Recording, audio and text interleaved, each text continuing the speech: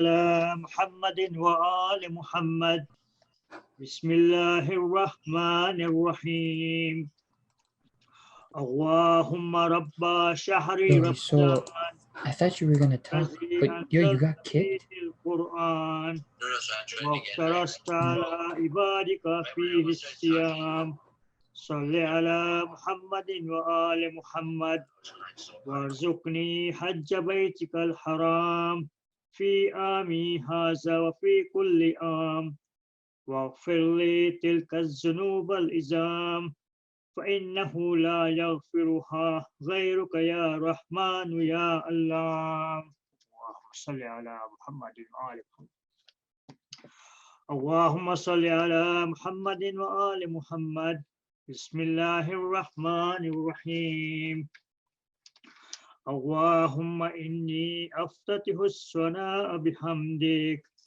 وأنت مسدد للثواب بمنك وأيقنت أنك أنت أرحم الراحمين في موز العفو والرحمة وأشد المعاقبين في موز النكال والنقمة وأعظم المتجبرين في موز الكبرياء والعظمة اللهم أذنت لي في دعائك ومسألتك فاسمع يا سميع مدحتك وأجب يا رحيم دعوتك وأكل يا غفور أسرتك وكم يا إلهي من قربة قد فرجتها وهموم قد كشفتها وأسرة قد أكلتها ورحمة قد نشرتها وخلقة بلاء قد فكفتها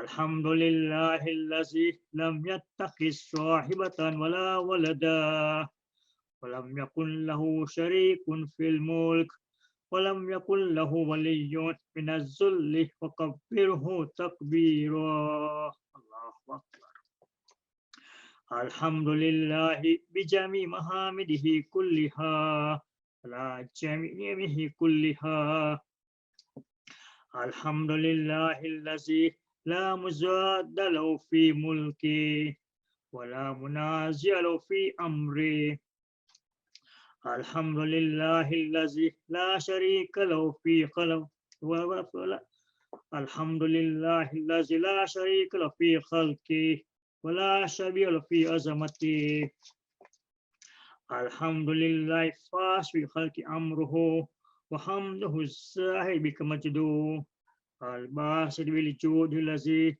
لا تنقص خزائن ولا تزيد كثرة الأطوار إلا جودا وكرما إنه هو العزيز الوهاب اللهم إني أسألك قليلا من كثير ما حاجة إليه عظيما وغناك عنه قديم وهو عندي كثير وهو عليك سهل يسير اللهم إن عفوك عن ذنبي وتجاوزك عن خطيئتي وصفك عن ظلمي وسترك لك بأملي وحلمك عن كثير جرمي عندما كان من خطئي حمدي أطمعني في أن أسألك ما لا أستجب منك الذي رزقتني من رحمتك وأريتني من قدرتك وعرفتني من إجابتك فصرت أدعوك آمنا وأسألك مستأنسا لا خائفا ولا وجلا ودلا عليك فيما كسبت فيه إليك وإن أبتعني تبت بجهلي عليك ولعل الذي أبتعني هو خير لي لعلمك بعاقبة الأمور فلم أر مولا كريما أصبر على عبد لين منك عليك يا ربي إنك تدعوني فأول الآن وتتحبب إلي فأتبغض إليك وتتودد إلي فلا أقبل منك كأن تتبل عليك فلم يعنك ذلك من رحمة لي والإحسان إلي والتفضل لي بجودك وكرمك فارحم عبدك الجاهل وجد عليك فضل إحسانك إنك جواد كريم. الحمد لله مالك الملك مجري الفلك مسخر الرياح فالق الإصباح ديان دين رب العالمين. الحمد لله على حلمه بعد علمه والحمد لله على العفو بعد قدرته والحمد لله على طول أناته في غضبه وهو قادر على ما يريد. الحمد لله خالق الخالق باسط الرزق فائق الإصباح ذي الجلال والإكرام والفضل والإنعام الذي بعد فلا يرى وقرب فالشنج تبارك وتعالى. الحمد لله الذي ليس له منازع يعدله ولا شبيه مشاكله ولا ظهير يعازده كحرب عزة الأجزاء وتوازع لأزمة الأزماء فبلغ بقدرته ما يشاء. الحمد لله الذي يجيبني حين أنادي ويستر علي كل عورة وأناصيب ويعزم نعمة علي فلا أجازي فكم من موهبة حنية قد أعطاني وعزيمة مخوفة قد كفاني وبحثة مونكة قد أراني فأثني لي حامدا وأشكر مسبحا. الحمد لله الذي لا يفتح جابه ولا يغلق بابه ولا يبدو سائله ولا يخيب آمله. الحمد لله الذي يؤمن الخائفين وينجي الصالحين ويرفع المستضعفين ويسر المستكبرين ويهلك ملوكا ويستخلف آخرين. والحمد لله قاسم الجبارين مبير الظالمين مدرك الحاربين نكال الظالمين سريق المستصرخين موزي حاجات الظالمين مؤتمن المؤمنين. الحمد لله الذي من خشيته ترد السماء وسكانها وترجف الأرض أمارها وتموج البحارها من يشبه في غمراتها. الحمد لله الذي هدانا لهذا وما كنا لنهتدي لولا أن هدانا الله. الحمد لله الذي يخلق ولم يخلق ويرزق ولا يرزق ويطعم ولا يطعم ويميت الأحياء ويحيي الموتى وهو حي لا يموت بيده الخير وهو على كل شيء قدير. اللهم صل على محمد عبدك ورسولك وأمينك وصفيك وحبيبك وخير من خلقك وحافظ سرك ومبلغ رسالاتك أفضل وأحسن وأجمل وأكمل وأزكى وأنمى واتبع وأطهر وأسنى وأكثر ما صليت وباركت وترحمت وتحننت وسلمت على أحد من عبادك وأنبيائك ورسلك وصفوتك وأهل الكرامات إليك من خلقك. اللهم صل على علي أمير المؤمنين ورسول رب العالمين عبدك ووليك وأخي رسولك وحجتك على خلقك وآيتك الكبرى والنبأ العظيم. وصل على صديقة الطاهرة فاطمة الزهراء سيد العالمين. وصل على ست الرحمة وإمام الهدى الحسن والحسين سيدي شباب أهل الجنة. وصل على أئمة المسلمين علي بن الحسين ومحمد بن علي وجعفر بن محمد وموسى بن جعفر وعلي بن موسى ومحمد بن علي وعلي بن محمد والحسن بن علي والخلف الهادي المهدي وجعلك على عبادك ومنامك في بلادك صلاة كثيرة دائمة. اللهم اجعل صل على لأمرك القائم أمل والعدل المنتظر وفه بملائكة المقربين ويده بروح القدس يا رب العالمين. اللهم صل على محمد وآل محمد. اللهم اجعل الداعي إلى كتابك والقائم بدينك استخلف في الأرض كما استخلفت من قبله مكن له دينه الذي ارتضيته له أبدله من بعد خوف أمنا يعبدك لا يشرك بك شيئا. اللهم عزه وعزيز به وانصر وانتصر به وانصره نصرا عزيزا وافتح لفتحا يسيرا واجعل له من لدنك سلطانا نصيرا. اللهم أزهر بدينك وسنة نبيك حتى لا يستفي بالشيء من الخلق مخافة أحد من الخلق. اللهم إنا نرغب إليك في دولة كريمة تعزز الإسلام وأهله وتذل بها النفاق وأهله وتجعلنا فيها ندوات إلى طاعتك والقادة إلى سبيلك وترزقنا بها كرامة الدنيا والآخرة. اللهم ما عرفتنا من الحق فحملنا وما كسرنا عنه فبلغنا.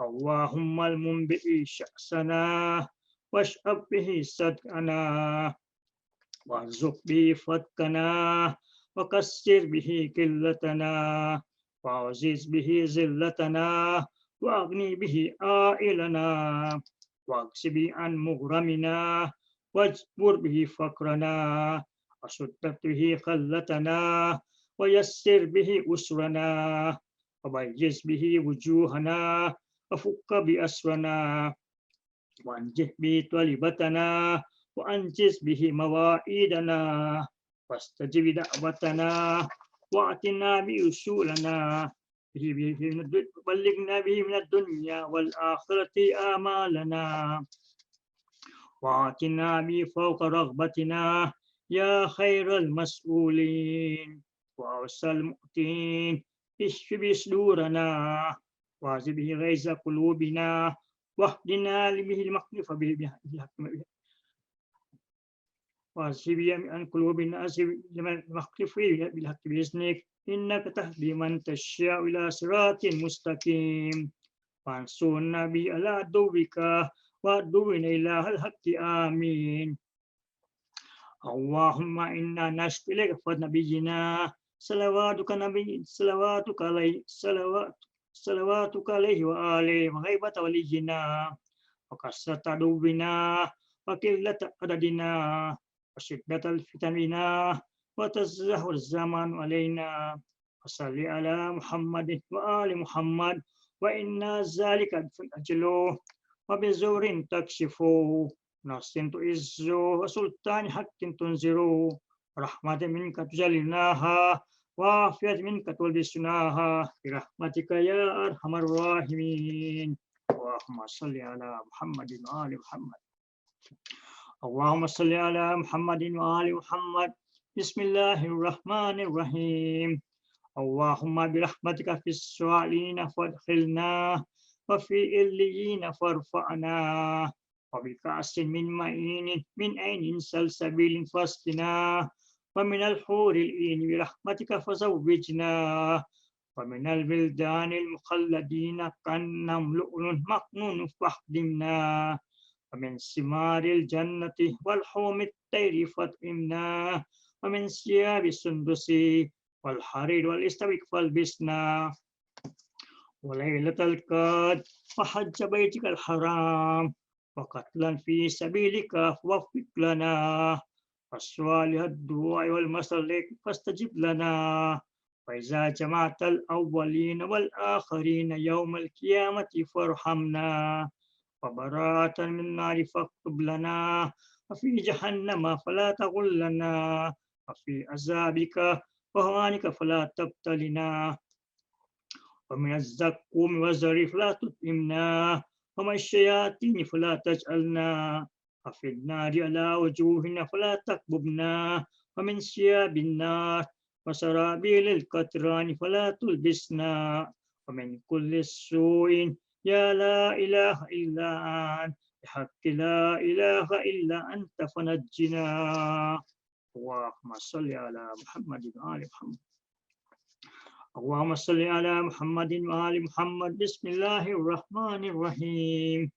اللهم إني أسألك أن تجعل فيما تقضي وتقدر من الأمر المحتوم في الأمر الحكيم من القضاء الذي لا يرد ولا يبدل أن تكتبني من حجاج بيتك الحرام المبرور حجهم المشكور سعيهم المغفور ذنوبهم المكفر عن سيئاتهم وأن تجعل فيما تجزي وتقدر أن تطيل عمري في خير وعافية وتوسع في رزقي وتسألني ممن تنتصر بي لدينك ولا تستبدل بي غيرك.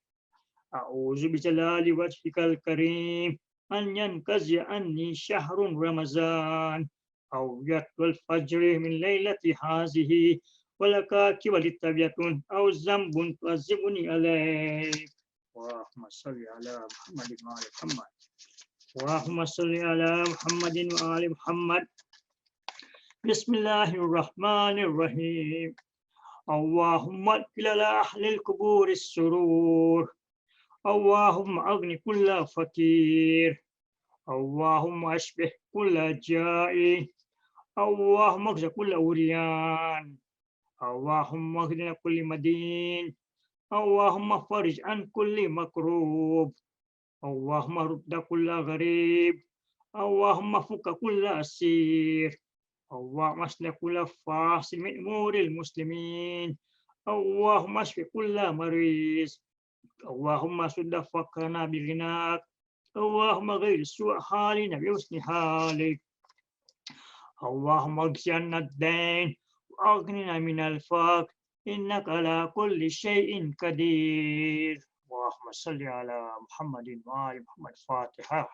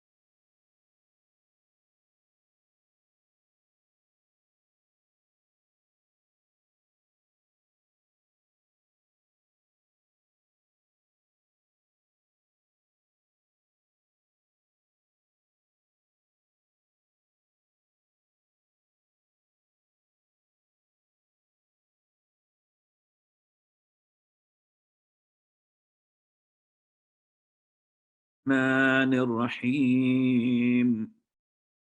اللهم صل على محمد وآل محمد. سبحانك يا الله تعاليت يا رحمن أجرنا من النار يا مجير. سبحانك يا رحيم تعاليت يا كريم أجرنا من النار يا مجير. سبحانك يا ملك تعاليت يا ملك وجرنا من النار يا مجير. سبحانك يا قدوس تعاليت يا سلام أجرنا من النار يا مجير. سبحانك يا مؤمن تعاليت يا محيمن وجرنا من النار يا مجير. سبحانك يا عزيز تعاليت يا جبار وجرنا من النار يا مجير سبحانك يا متكبر تعاليت يا متجبر أجرنا من النار يا مجير سبحانك يا خالق تعاليت يا بارئ وجرنا من النار يا مجير سبحانك يا مصبر تعاليت يا مقدر أجرنا من النار يا مجير سبحانك يا هادي تعاليت يا باقي أجرنا من النار يا مجير سبحانك يا ضحاب تعاليت يا تواب أجرنا من النار يا مجير سبحانك يا فتاه تعاليت يا مرتاه أجرنا من النار يا مجير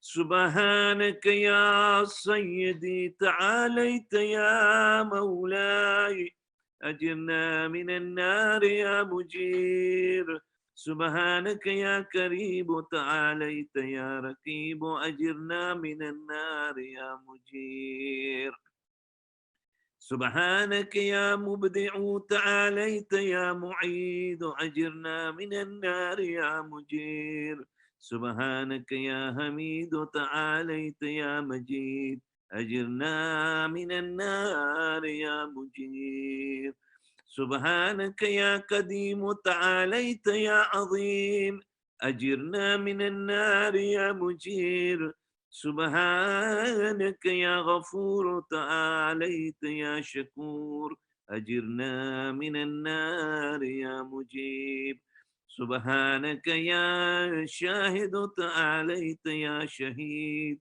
أجرنا من النار يا مجير سبحانك يا حنان تعاليت يا منان أجرنا من النار يا مجير سبحانك يا باعث تعاليت يا وارث أجرنا من النار يا مجير سبحانك يا محيي تعاليت يا مميت أجرنا من النار يا مجير سبحانك يا شفيق تعاليت يا رفيق أجرنا من النار يا مجير سبحانك يا أنيس تعاليت يا مونس أجرنا من النار يا مجير سبحانك يا جليل تعاليت يا جميل أجرنا من النار يا مجير سبحانك يا خبير تعاليت يا بصير أجرنا من النار يا مجير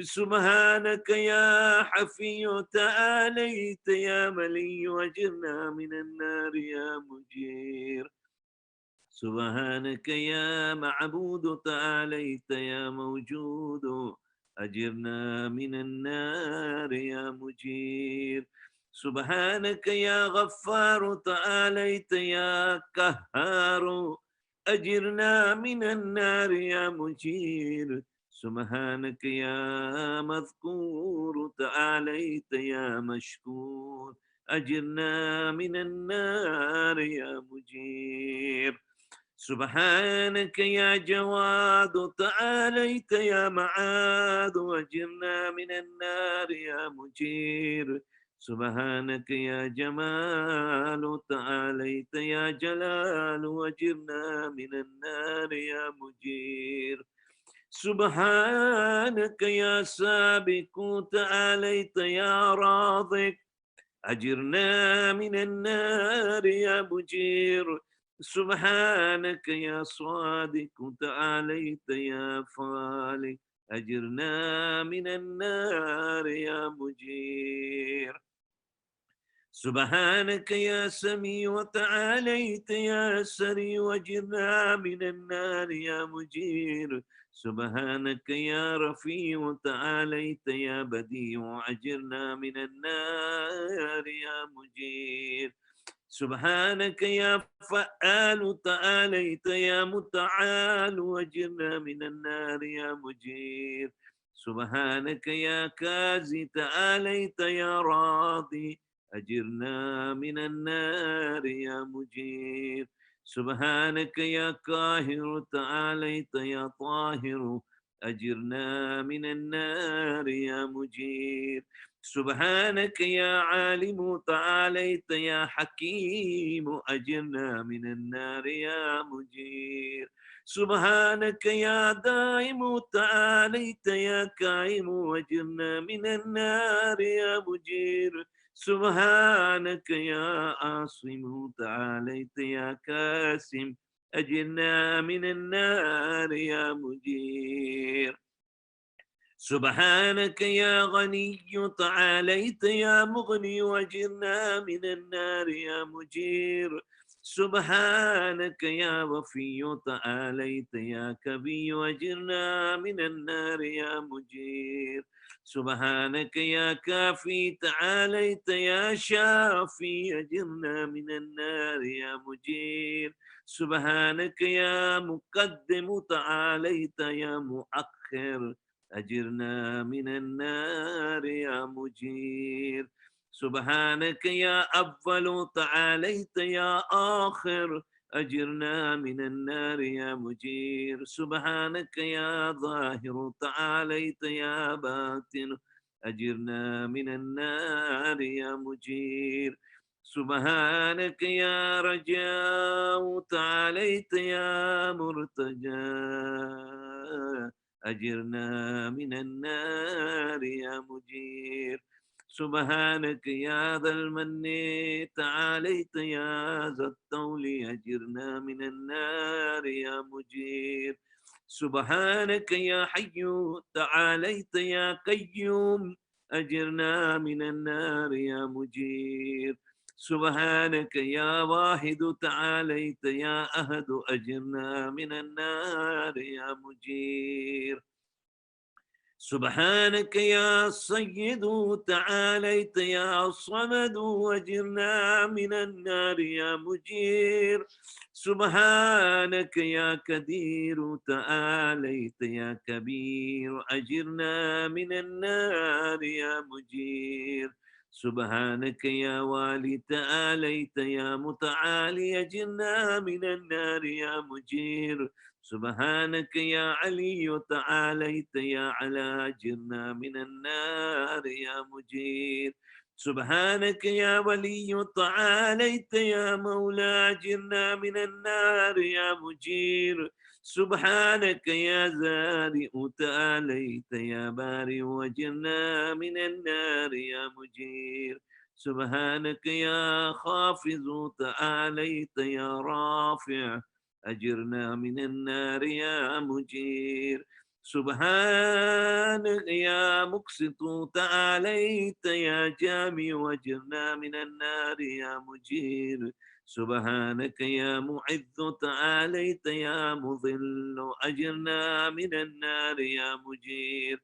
سبحانك يا حافظ تعاليت يا حفيظ أجرنا من النار يا مجير. سبحانك يا قادر تعاليت يا مقتدر أجرنا من النار يا مجير.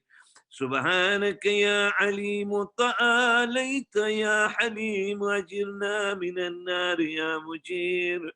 سبحانك يا حكم تعاليت يا حكيم أجرنا من النار يا مجير. سبحانك يا معطي تعاليت يا مانع أجرنا من النار يا مجير. سبحانك يا ضار تعاليت يا نافع أجرنا من النار يا مجير. سبحانك يا مجيب تعاليت يا حسيب أجرنا من النار يا مجير. سبحانك يا عادل تعاليت يا فاصل أجرنا من النار يا مجير. سبحانك يا لطيف تعاليت يا شريف أجرنا من النار يا مجير. سبحانك يا رب تعاليت يا حق وأجرنا من النار يا مجير. سبحانك يا مجيد وتعاليت يا واحد وأجرنا من النار يا مجير سبحانك يا عفو وتعاليت يا منتقم أجرنا من النار يا مجير سبحانك يا واسع تعاليت يا موسع وأجرنا من النار يا مجير سبحانك يا رؤوف تعاليت يا أتوف وأجرنا من النار يا مجير سبحانك يا فرد تعاليت يا وتر وأجرنا من النار يا مجير سبحانك يا مقيت تعاليت يا محيط وأجرنا من النار يا مجير سبحانك يا وكيل تعاليت يا عدل وأجرنا من النار يا مجير سبحانك يا مبين تعاليت يا متين وأجرنا من النار يا مجير سبحانك يا بر تعاليت يا ودود أجرنا من النار يا مجير سبحانك يا رشيد تعاليت يا مرشد أجرنا من النار يا مجير سبحانك يا نور تعاليت يا منفر أجرنا من النار يا مجير سبحانك يا نصير تعاليت يا ناصر أجرنا من النار يا مجير سبحانك يا صبور تعاليت يا صابر أجرنا من النار يا مجير سبحانك يا محصي تعاليت يا منشي وأجرنا من النار يا مجير سبحانك يا سبحان تعاليت يا ديان أجرنا من النار يا مجير سبحانك يا مغيث تعاليت يا غياث أجرنا من النار يا مجير سبحانك يا فاطر تعاليت يا هازر أجرنا من النار يا مجير سبحانك يا ذا العز والجمال تباركت يا ذا الجبروت والجلال سبحانك لا إله إلا أنت سبحانك إني كنت من الظالمين فاستجبنا له ونجيناه من الغم وكذلك ننجي المؤمنين وصلى الله على سيدنا محمد وآله أجمعين والحمد لله رب العالمين وحسبنا الله ونعم الوكيل ولا حول ولا قوة إلا بالله العلي العظيم اللهم صل على محمد وآل محمد الفاتحة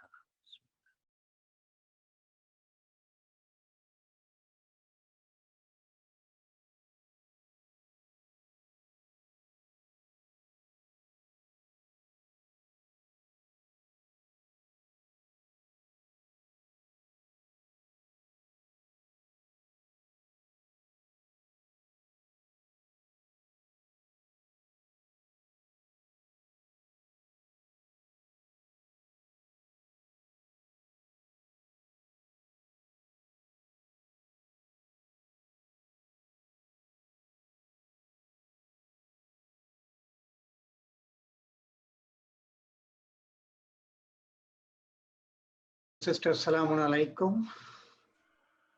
Tomorrow the program will start at 6:15 and we'll be celebrating the wiladat of our second Imam, Imam Hassan alayhi salam, Allahumma salli ala Muhammad wa ala Muhammad, and Sheikh Hilli will be reciting the majalis.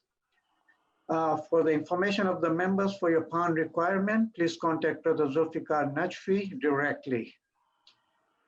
Ramzan Fund is open. The goal is $30,000. Please donate generously via PayPal. For more details, please visit the website or for more information. My brothers and sisters, there are lots of activities going on. Please make sure to follow the news in Samachar. Please remember each other in your prayers in this holy month and remember all marhumins with Surah Fatiha, Al-Fatiha. Bismillah.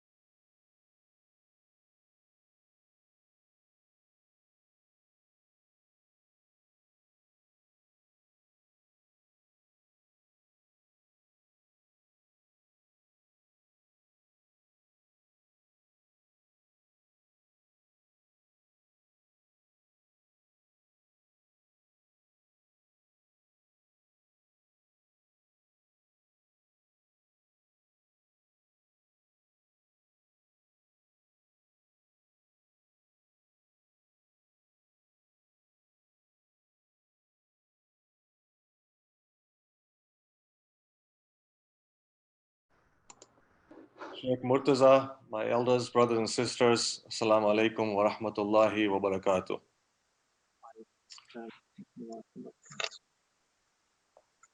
Sheikh, I heard you say alaikum salam, which means that you can hear us. So that's excellent. I just wanted to take this opportunity on behalf of Anjuman Askari to express our gratitude and sincere thanks for the wonderful lectures and interactive sessions that you have held and conducted for us over the last 15 nights. It's been very, very insightful. I've learned a lot, and I'm sure many members of the community have also benefited and learned a lot from your lectures. I know you have a lot going on. You're also serving another community at the same time. So we really, really appreciate you taking the time out of your busy schedule to do these lectures for us and to make them interactive. And we certainly learned a lot about Surah Yusuf. We pray to Allah subhanahu wa ta'ala to reward you, inshallah. And we look forward to benefiting from your lectures and from your knowledge in person, inshallah, in the future once this pandemic is behind us, inshallah. So thank you very much. And inshallah, we look forward to having you back with us soon as well, inshallah. While I'm on here, brothers and sisters, Muhammad Uncle mentioned the Ramadan Fund. The Ramadan Fund, as you know, is a very, very critical fund for us. Our goal is $30,000. We are very, very low on funds at this point. We have not even broken the $1,000 mark, and we're about 50% done with the month. So although our center is closed, we are conducting online programs. The ongoing maintenance costs and running costs for the next few months up to the month of Muharram continue for the center. So we ask that during this holy month of Ramadan, you please donate as generously as you can. Every amount helps. So the PayPal link is in the Samachar. It is in the emails. I'll also send it out in the WhatsApp group for Anjuman Askari. Those of you who are not members of the Anjuman Askari WhatsApp group, please join. That's a very easy and quick way to get updates. But please donate generously. Please help us to reach our goal this year. Also, we have an iftar fund open. As you know, yesterday we had our first drive-up iftar. Alhamdulillah, it was a great success. We want to thank the donor who sponsored that iftar. We reached 45 families and almost 200 people during that iftar yesterday. So inshallah, there'll be more iftars next week and the week after. Please donate generously to that fund via the PayPal link as well. With that, I'll hand it back to Maitham and Sheikh Murtaza. Muhammad wa ali Muhammad salawat.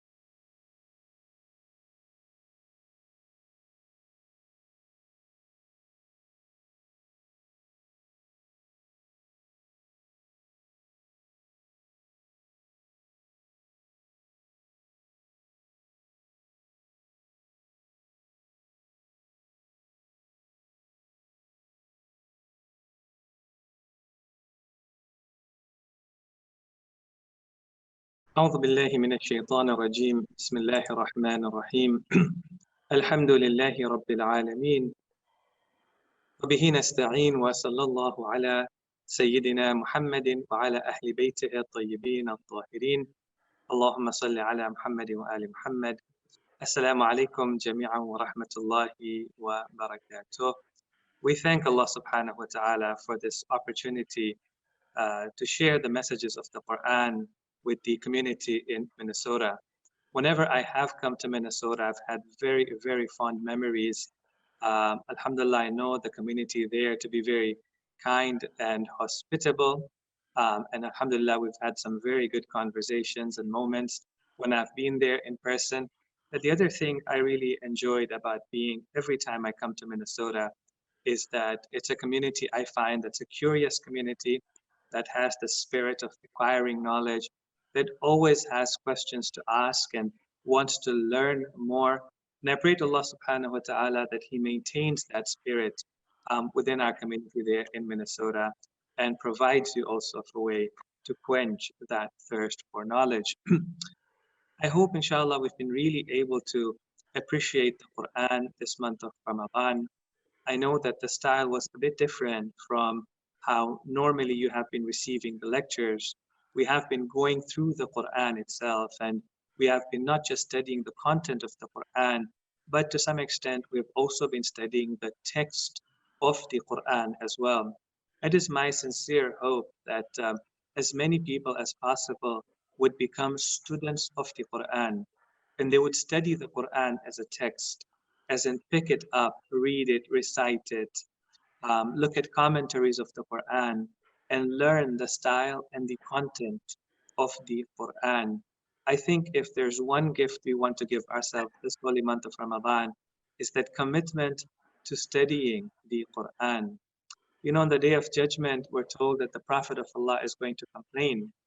And he's not going to complain that people, for example, did not listen to my hadith, or they did not go to the masjid, or they left behind prayer, or they did not come for my ziyarah, for example, or they did not used to send salam upon me. The one thing the Prophet of Allah, of all the things he's going to complain, وقال الرسول يا رب إن قوم اتخذوا هذا القرآن مهجورا. And the Prophet will complain, "Oh my Lord, my community, my people have taken this Quran and forsaken it. They have put it aside, they have discarded it." So let's not only by reciting the Quran, but by studying it and understanding it, let's ensure that we are not amongst those people who have put aside and left aside the Quran. Now, I'm not going to go into a lecture this evening. I know that there are some questions that we want to look at together. So I'm going to pass it on to Brother Maitham, and inshallah, we'll get started with that. Sheikh, Assalamu alaikum. Alaikum salam. Thank you so much, like Brother Sadiq mentioned, for these past 2 weeks and enlightening us on the story of Prophet Yusuf. Inshallah, just to start things off, just for the listeners, we are on menti.com tonight. So go ahead and go to menti.com. The code to enter is 399033. And feel free to submit your questions with regards to the story of Prophet Yusuf. It's nice to see some questions coming in. Sheikh, we just to start things off, I think we had just 1 or 2 questions left over from last week. So maybe we can start with a question. The question is, when it is said that Prophet Yaqub cried so much that he lost his vision, is that in a literal sense? Many tragedies have occurred, and I've never heard of this actually happening. Correct. And I think that's a wonderful question that, is this very literally that he lost his sight and he became blind? So whenever we come across a question like that, I think first we want to look at the actual text of the Quran. And the Almighty states in the Quran, وَبِيَضَّتْ عَيْنَاهُ مِنَ الْحُزْنِ فَهُوَ كَظِيمٌ. And his eyes became white from the grief, but at the same time, he was somebody who was subdued in his anger or in his sorrow, for example. So the understanding that we have with the eyes becoming white is that he did lose his sight and he was not able to see. And all of the mufassirin of the Quran that I have seen have interpreted it in this manner. And in fact, the understanding from the ahadith that we also have is also very similar. You would remember the hadith of the 4th Imam when somebody took issue with him crying over the tragedy of Karbala for such a long time. It is said that he said that Yaqub had just lost one of his sons, knowing that he was alive, and he cried so much that he became blind. Whereas we lost, for example, 18 members of our family in Karbala. So the understanding generally has been that, yes, he did lose his sight and he became blind. I should point out 2 or 3 things over here. Firstly, he didn't lose his sight in the beginning, or when he lost Yusuf, for example. It seems like when the story returns back to Canaan, back to Prophet Yaqub, after many, many years, according to some 20, 30 years later, very close to the time when he was going to see Prophet Yusuf once again, after, for example, he had lost Binyamin, that's the time that he lost his sight, and not that he was blind for 20 to 30 years. So that's important. Secondly, it's also important to note that he was very old at that time, and because of age, it's possible that he could have lost his sight as well. But I was also doing some research online, and of course, the medical practitioners would be the one to tell us. But there is a condition that's known as aqueous tear deficient dry eye. And from what they point out over here is, as you know, one of the roles of the tear glands is to keep secreting liquid into the eye. And every time we kind of blink, it takes the saliva, or not saliva, but the liquid that has come out, and it spreads it across the eye so that the eye does not become dry. And that's really important, otherwise a person can go blind. So some people do have a condition whereby, for whatever reason, especially they mention at an old age, their tear glands don't function properly, or they have stopped functioning, especially if a person has been crying a lot, they say, then this person would potentially lose his sight. So even scientifically speaking, that is a phenomenon that occurs for certain people at an old age, and it's possible that after many years of weeping and remembering Yusuf at an old age, for a short period of time, he did lose his sight, and that would also be in line with the apparent meaning of that verse in the Quran. Thank you, Sheikh. I think the just hearing that explanation, the comparison of when Imams in later times went through grief, Yes. taking on that example of what prophets of the past have gone through as well. I think that comparison is really helpful. So thank you for that. Another question with regards to Prophet Yaqub as well, actually. Where was Prophet Yaqub from, and why was Prophet Yusuf decreed to go to Egypt? Right. So Prophet Yaqub is from a place called Canaan, which is somewhere in present-day Palestine. That's where his forefather Ibrahim had settled after, I believe, he had left Babylon, or present-day Iraq, Mesopotamia as it's known. As you know, Prophet Ibrahim, when he left, the area of Iraq, and he said, "Inni dhahibun ila rabbi sayahdin." So when he left, of course, he traveled quite a bit. We know Prophet Ibrahim also came towards Mecca, established Ismail over there, but he then established Ishaq and the progeny of Ishaq in this area called Canaan, or Canaan, that's how it's spelled in English, and that's in what we call present-day Palestine. So that's where Prophet Yaqub was, and Prophet Yusuf also grew up over there, at least for the first 12, 13 odd years of his life. And then Allah subhanahu wa ta'ala took him to Egypt. One of the reasons being that, number one, the message of Tawheed had to be spread in Egypt. And there's a question that people do ask, were there prophets in Africa? And yes, there were prophets in Africa. We have a hadith from our even first Imam mentioning there were prophets that came to the people in Africa that were native to Africa itself. There were even prophets potentially who came amongst the people of Egypt even prior to the coming of Prophet Yusuf. There is a mention of a king in Egypt. I forget his name right now, but this would have been almost 1,000 years though before the story of Prophet Yusuf, or a few hundred years before him. And he established the belief in one God at that time. Potentially, he could have been a prophet sent by God. But other than that, then in Egypt, at least, there are no prophets. It's a great civilization at that time, and they do need the message of Tawheed. And perhaps this was part of God's plan to have someone in the progeny of Prophet Ibrahim come and spread the message of Tawheed in Egypt. And therefore, not only does Prophet Yusuf move there, but then Prophet Yaqub and all the other children of Prophet Yaqub moved there, and they remained there for 400 to 500 years 400 years until Prophet Musa then comes and removes them at that time from bondage and slavery.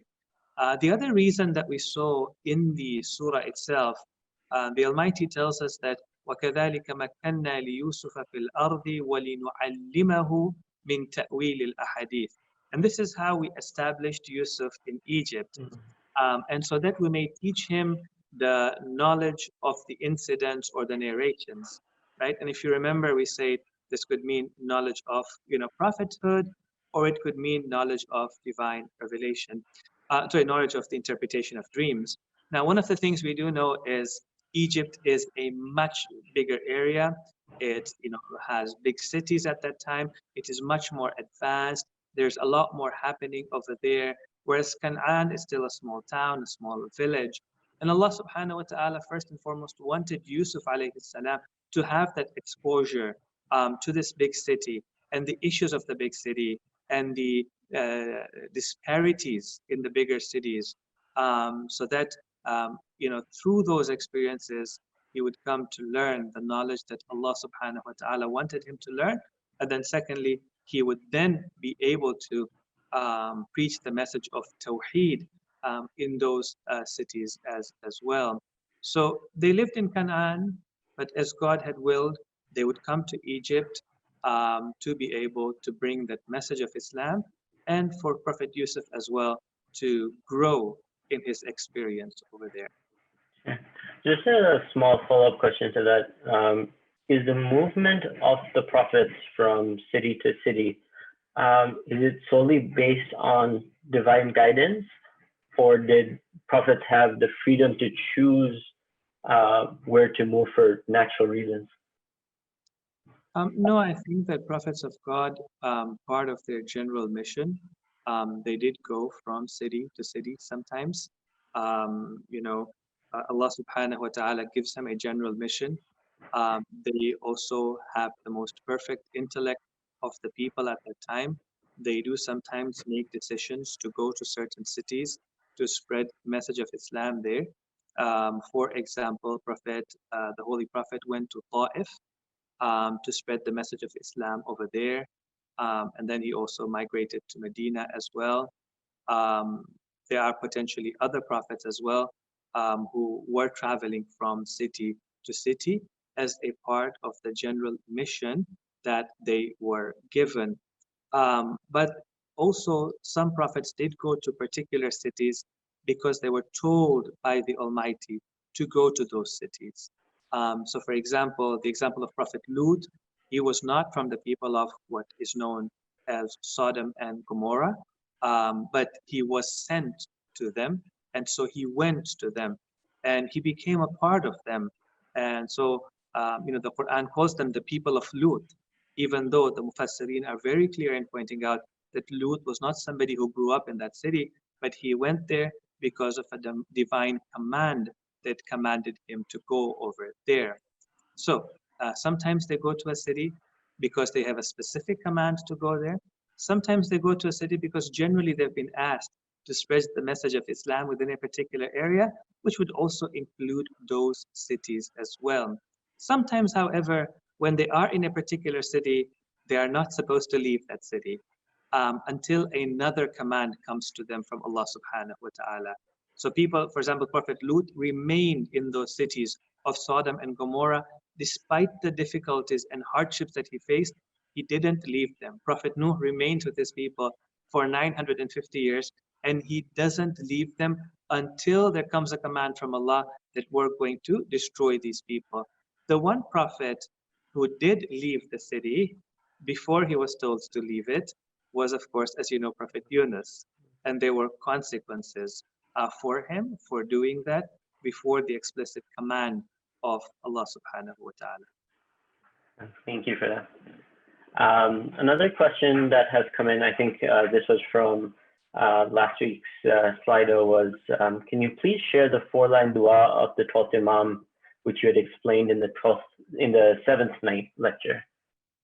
Yes, I only explained up until the 4th line of the dua. Of course, the dua has many, many lines, and it's a dua said to be taught to us by the 12th Imam.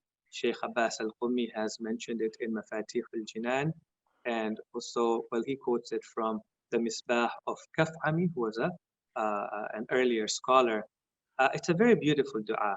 My recommendation is that on the night of Qadr, anytime you go for ziyarah, anytime you feel it's a time for dua, and people ask normally, so which dua should I recite when I am here in this place of ziyarah, or on the night of Qadr, or on this particular night? You know, is there one dua that we ought to recite that will cover everything that we need for ourselves and our communities and our societies? I'd say it's this particular dua. اللهم ارزقنا توفيق الطاعة وبعد المعصية وصدق النية. Sometimes it's known as the dua of the 12th Imam. I'm sure if whoever's asked that question, if they go online and they just search dua of the 12th Imam, it should come up. But of course, it's a very lengthy, not a very lengthy dua, but it's a page or two. And what I really like about that dua is that a lot of our duas taught to us by our Imams, I don't just see them as recitations that we're supposed to recite. Many of these du'as are actually manuals, instructions from our Imams. So if you, for example, look at the du'a of the fourth Imam welcoming the month of Ramadan, it's actually a manual on what to do in the month of Ramadan. So if we ever were wondering, what does the Imam want us to be like? What kind of a community should we be? What kind of a person should I be right now in the ghaiba of the Imam? And what does the ideal community of the 12th Imam look like? Well, this is the dua to look at actually, because there the Imam teaches us to make dua for ourselves, and then dua for different segments of the community: the rich, the poor, the teacher, the students, the scholars, the followers, the women, the youth, for example. So a wonderful, wonderful dua, but it begins with Allahumma rzuqna tawfiq at-ta'ah. Oh Allah, provide us with the success of being in your obedience, وَبُعْدَ الْمَعْصِيَةِ, and the distance from being in your disobedience, وَصِدْقَ النِّيَّةِ, and to have the truthful or a true intention, وَعِرْفَانَ الْحُرْمَةِ, and to have knowledge, ma'rifah, of that which is haram or that which is sacred, that which we ought to stay away from, for example. But if they search online dua of the 12th Imam, it should come up, inshallah. Thank you, Sheikh. For those of you tuning in, go ahead and go to menti.com. Alhamdulillah, we're getting some good questions coming in. The code for tonight is 399033. Sheikh, just to follow up, one question that has come in, which I think closely relates to the story of Prophet Yusuf. The question is, can you explain dignity in more depth? What it is to be considered, I believe, dignified in Islam, and what it encompasses. Correct. Yeah. So there are many aspects to this discussion on dignity, but what we can say is that it's a very important discussion in the Quran itself and in the general teachings of Islam. The word sometimes used is izzah, right? Honor and dignity. قُلْ فَلِلَّهِ الْعِزَّةُ وَلِرَسُولِهِ وَلِلْمُؤْمِنِينَ. When the hypocrites say that we're going to remove those who are humiliated and abased, and we're going to replace them with those who are honored in the land. So Allah subhanahu wa ta'ala tells the Prophet, tell them that izzah, honor and dignity is not the way you define it, or with those whom you think it is with somebody who has reputation, popularity, position, wealth, whatever it is. But rather dignity belongs to Allah first and foremost, and then to the Prophet, and then to the believers. So many verses of the Quran that speak of izzah, many verses of the Quran also speak of this idea of karama, having honor and giving honor. And one of our duties is to treat people, we use the word respect quite often today, but in the Quran, in the ahadith, treating people with karama, the ikram of a mu'min, right? And the Almighty Himself, first and foremost, gives karama, honor and dignity to human beings as a whole. And He says, وَلَقَدْ كَرَّمْنَا بَنِي آدَمَ, we honored and dignified the children of Adam, وَحَمَلْنَاهُمْ فِي الْبَرِّ وَالْبَحْرِ, and we carried them on land and we carried them on sea as well. establishes this idea that dignity essentially belongs to God, and He's the one who gives it to whomsoever He wills. What I do want to point out over here is make a distinction that I think will in general be helpful to our listeners this evening. Dignity, most of the time, we define it in relation to other people, how other people think about us, how they interact with us, what they say about us, at what pedestal do other people put us at. That's how we normally define dignity. And accordingly, we act so that people hold us in respect. They hold us at that pedestal. So a lot of the questions are defined by this definition of dignity. You know, we assume this particular definition. So somebody will ask Maulana, what dua can I recite so that people respect me, so that I have dignity in the society, right? Or what actions, for example, will bring me dignity, and what actions are going to take dignity away from me. And by no means I'm negating this definition. I mean, this is also important, that people ought to hold us in respect, and that we also should behave in a way that maintains our respect in society. And there are hadith that speak to that. For example, one hadith says, don't laugh too much because it takes your honor and your dignity away from the society, within the society. And so we're told that, for example, with the Prophet of Allah in his seerah, and I'm paraphrasing, وَضَحْكُهُ التَّبَسُّمْ, his laughter was actually a smile. And even for Prophet Yusuf himself, I mean, having that respect and being honored in the society was important to him, important for him to be able to do what he wanted to do. And that's why he actually wanted to make sure his name was cleared, that he was maintained to be innocent of any crime before he went back into society, that people did not view him as a criminal or a person of bad character. So that is one definition. But the second definition is where we don't look at dignity just from the way people look at us. We define dignity with the way we look at ourselves, how we respect ourselves, the importance that we give to ourselves, how much esteem we give ourselves. That's very important in the ahadith as well.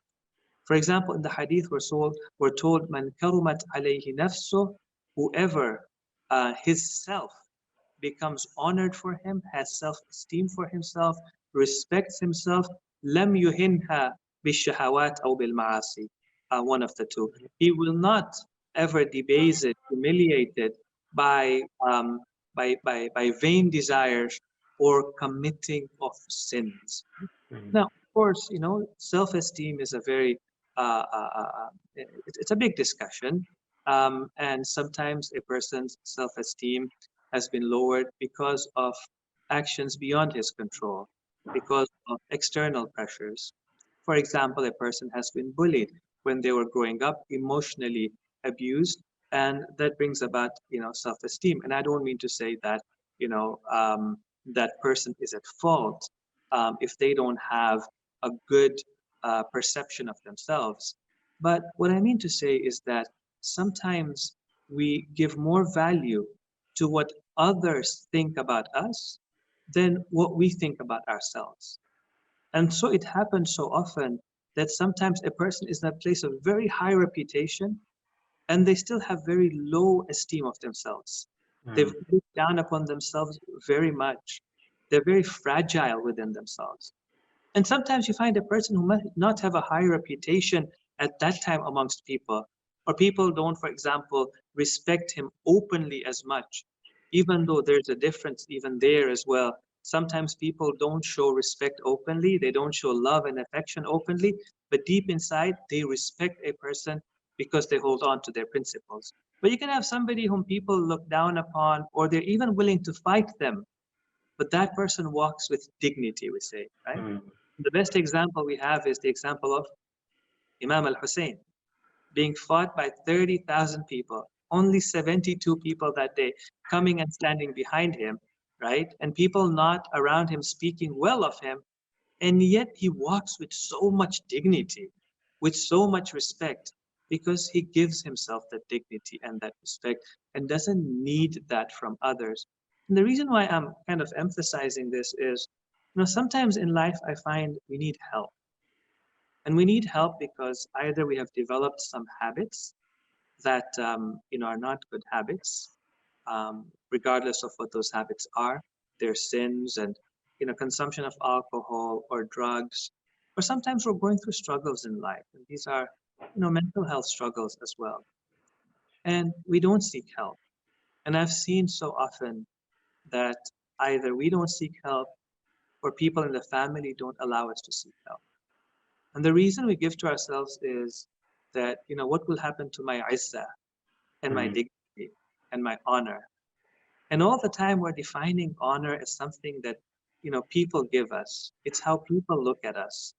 So we allow ourselves to look down upon ourselves because we're struggling with these sins, or we're struggling with these thoughts, or we're struggling with these conditions which are not even within our control sometimes. And we don't get help because that's how we have defined dignity. It's really important for a person to have a respect for themselves as well. And I say often to some of our brothers and sisters that if you don't respect yourself, don't expect others to respect you. And the last definition, I don't want to take a lot more time on this, is that sometimes we define dignity by how others look at us, and sometimes we define dignity by how we look at ourselves. And then we also have to define dignity by how Allah subhanahu wa ta'ala looks at us. And what position do we hold in the eyes of God? Right? In the Quran, Allah subhanahu wa ta'ala tells us, خَلَقْنَاكُم مِّن ذَكَرٍ وَأُنثَى وَجَعَلْنَاكُمْ شُعُوبًا وَقَبَائِلَ لِتَعَارَفُوا. All these things that you think bring you dignity, no, these are for the purpose of doing what?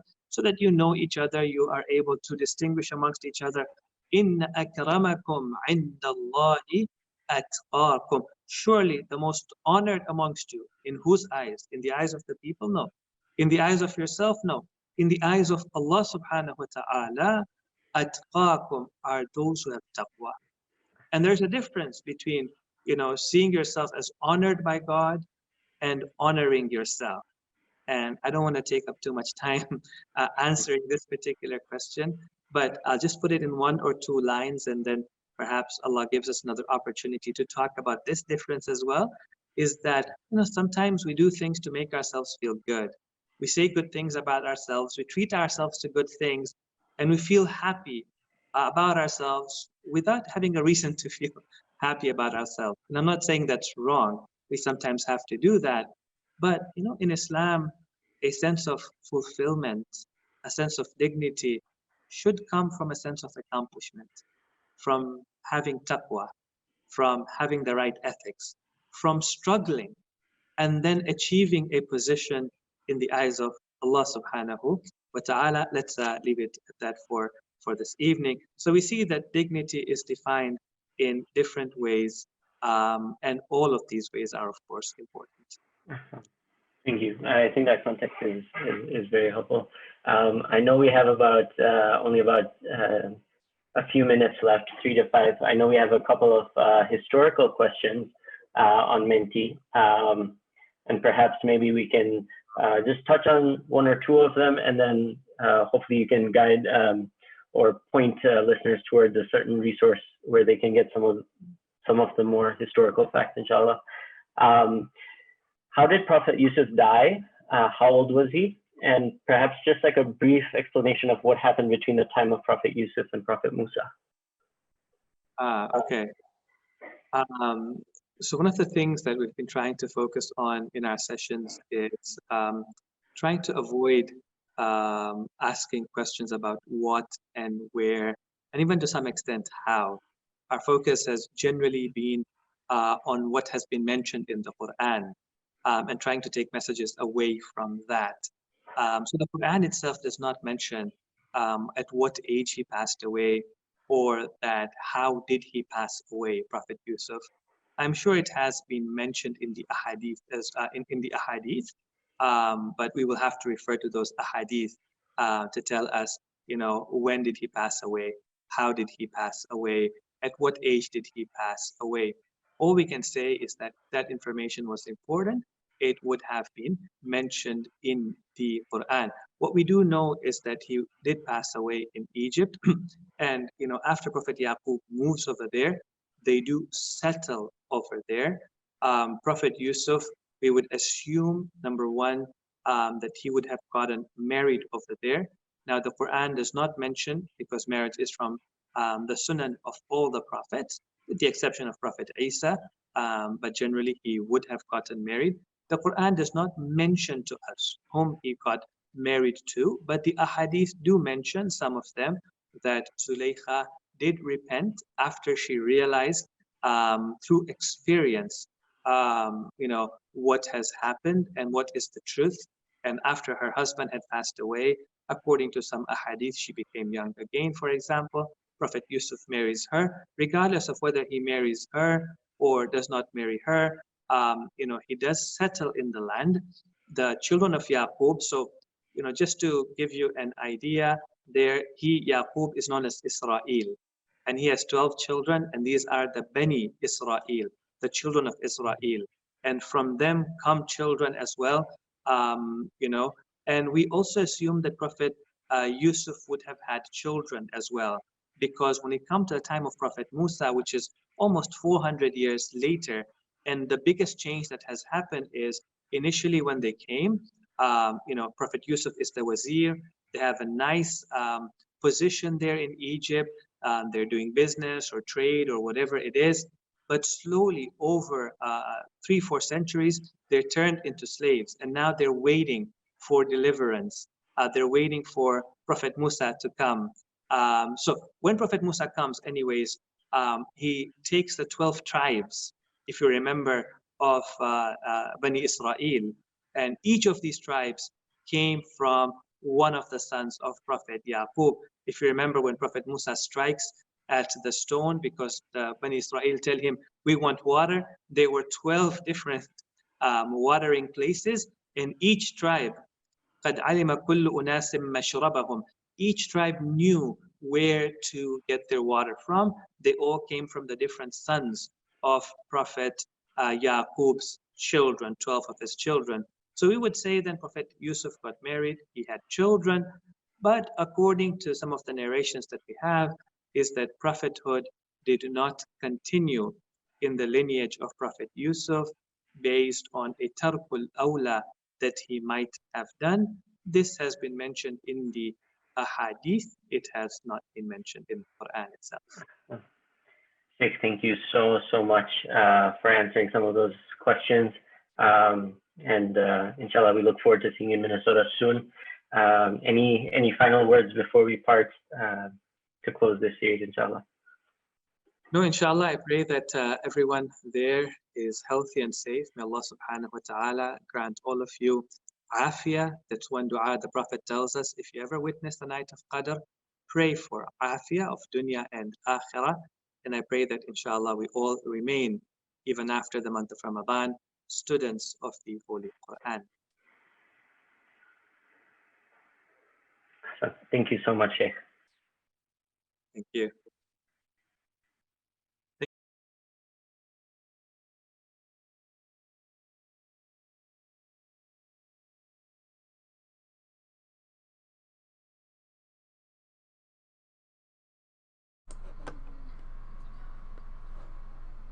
With that, we will jump to Dua Faraj, and inshallah I'll do it for our program. We're gonna go ahead and bring on Yusuf today for Dua Faraj.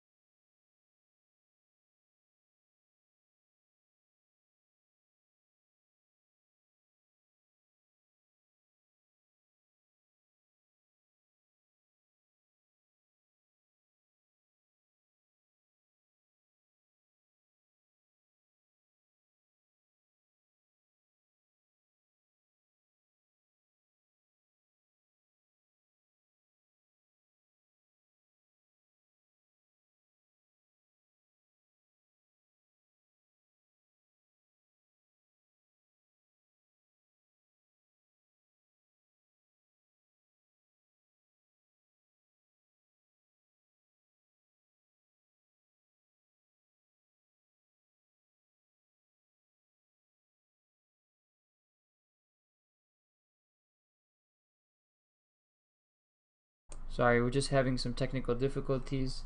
If you can just bear with us just for a minute, Yusuf is going to come on.